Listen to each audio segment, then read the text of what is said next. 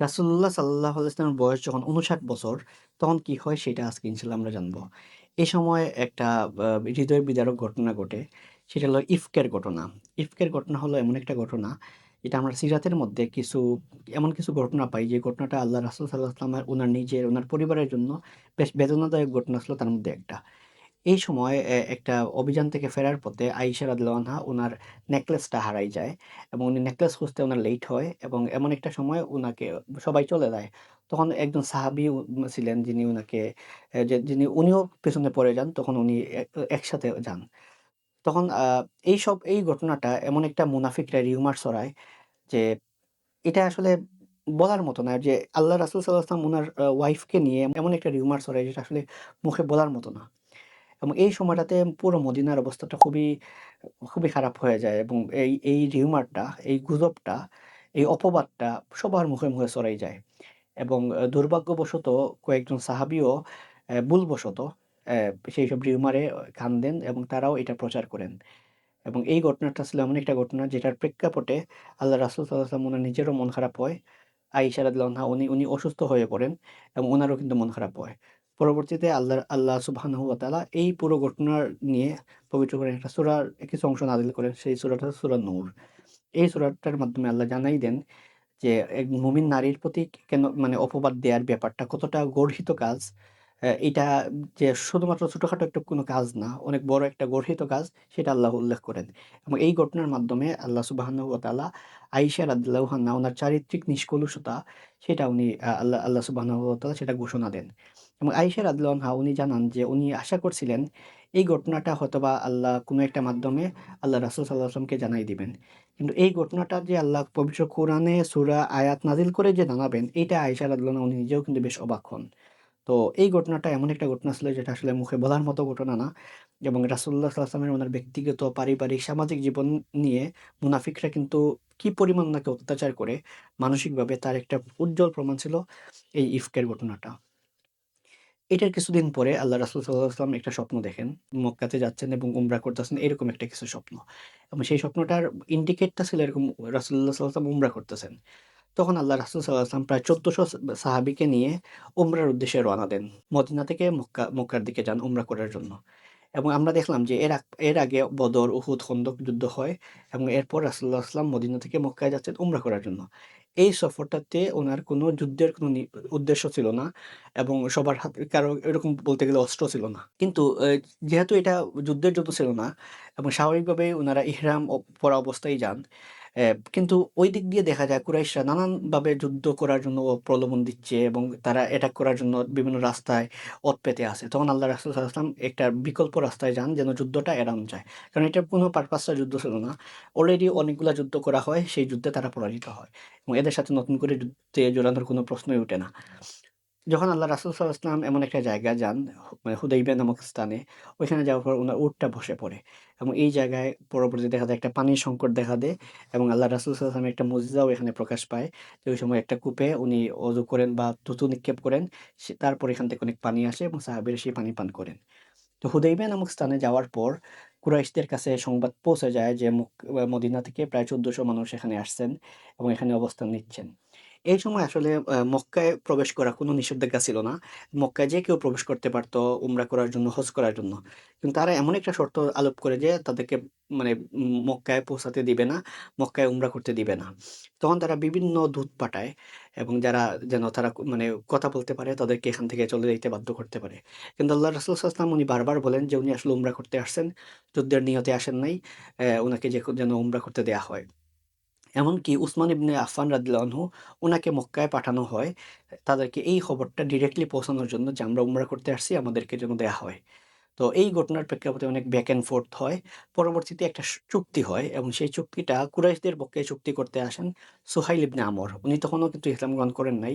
পরবর্তীতে ইসলাম গ্রহণ করেন। সেই সুহাইল ইবনে আমর উনি চুক্তি করতে আসেন এবং চুক্তি করতে এসে এখানে আবার কয়েকটা বাধা দেখা যায়। চুক্তিপত্রে উনি আসলে বিসমিল্লাহ লিখতে চাচ্ছেন না। আল্লাহর রাসূল সাল্লাল্লাহু আলাইহি ওয়াসাল্লামকে রাসূলুল্লাহ লিখতে চাচ্ছেন না। এরকম অনেকগুলা ইস্যু দেখা দেয়। এবং যেই চুক্তিটা আসলে হুদাইবিয়ার সন্ধি নামে পরিচিত এই সন্ধিতে কয়েকটা বিষয় থাকে। তার মধ্যে একটা হলো গিয়ে আগামী ১০ বছর মক্কা এবং মদিনার মধ্যে কোনো যুদ্ধ হবে না এবং মক্কা থেকে যদি কেউ মদিনায় আসে তাকে ফিরিয়ে দিতে হবে। আর মদিনা থেকে কেউ মক্কায় গেলে তাদেরকে ফিরিয়ে দেওয়া যাবে না। এরকম এরকম ইস্যুটা হয় যেটা সাহাবীদের কাছে মনে হচ্ছিল যে এইটা আসলে মুসলিমদের বিরুদ্ধে একটা চুক্তি এবং এই চুক্তিতে আসলে মুসলিমদের কোনো লাভ নেই। কিন্তু আল্লাহ রাসূল সাল্লাল্লাহু আলাইহি ওয়াসাল্লাম যেহেতু উনি কোনো ওয়েতেই যুদ্ধে লিপ্ত হতে চাচ্ছিলেন না, উনি উমরা করতে চাচ্ছিলেন এবং বলা হয়ে থাকে এই বছর সবাই আসছেন উমরা করতে। কিন্তু এই বছর উমরা করতে দিবে না, আগামী বছর তারা উমরা করতে দিবে।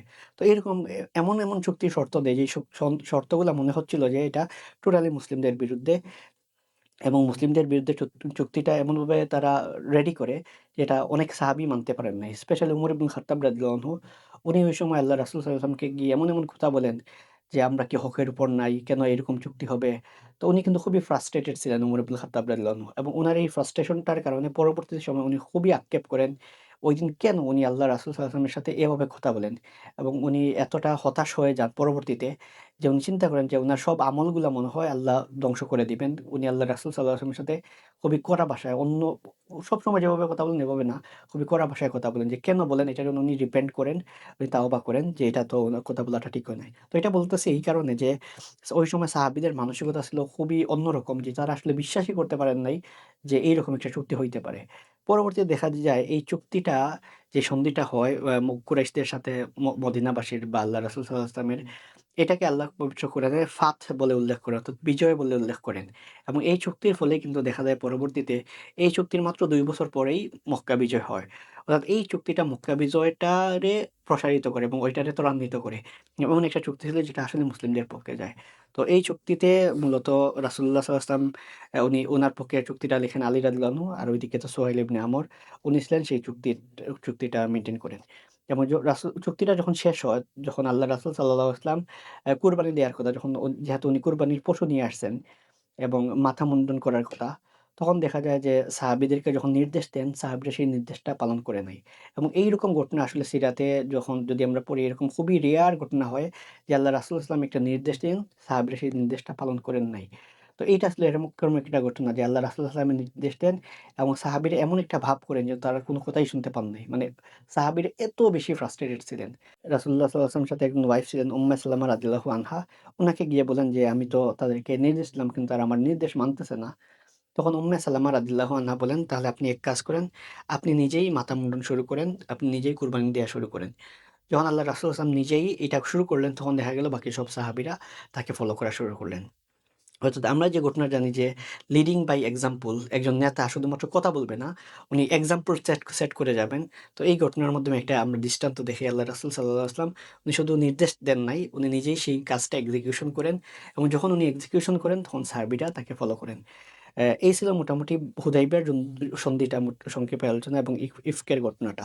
এবং এই সময় আরো কিছু গুরুত্বপূর্ণ ঘটনা ঘটে সেটা হলো বিশ্ব নেতা, ওই সময় যারা বিশ্ব নেতা ছিলেন, বিশ্বের বড় নেতা ছিলেন, এখনকার সময় যেরকম একটা মুসলিম ভূখণ্ড যদি থাকে, পাশাপাশি সুপার পাওয়ার যেরকম থাকে, ওই সময় কিন্তু যারা বিশ্ব নেতা ছিলেন, তাদের কাছে আল্লাহ রাসূল সাল্লাল্লাহু আলাইহি ওয়াসাল্লাম দাওয়াতি চিঠি পাঠান এবং তাদের মধ্যে উল্লেখযোগ্য ছিল রোমের যে হিরাক্লিয়াস, তারপর পারস্যের খসরু পারভেজ এবং মিশরের মুকাউকিস এরকম অনেক বিশ্ব নেতা তাদের কাছে আল্লাহ রাসূল সাল্লাল্লাহু আলাইহি ওয়াসাল্লাম দিনের দাওয়াত পাঠান, চিঠি পাঠান।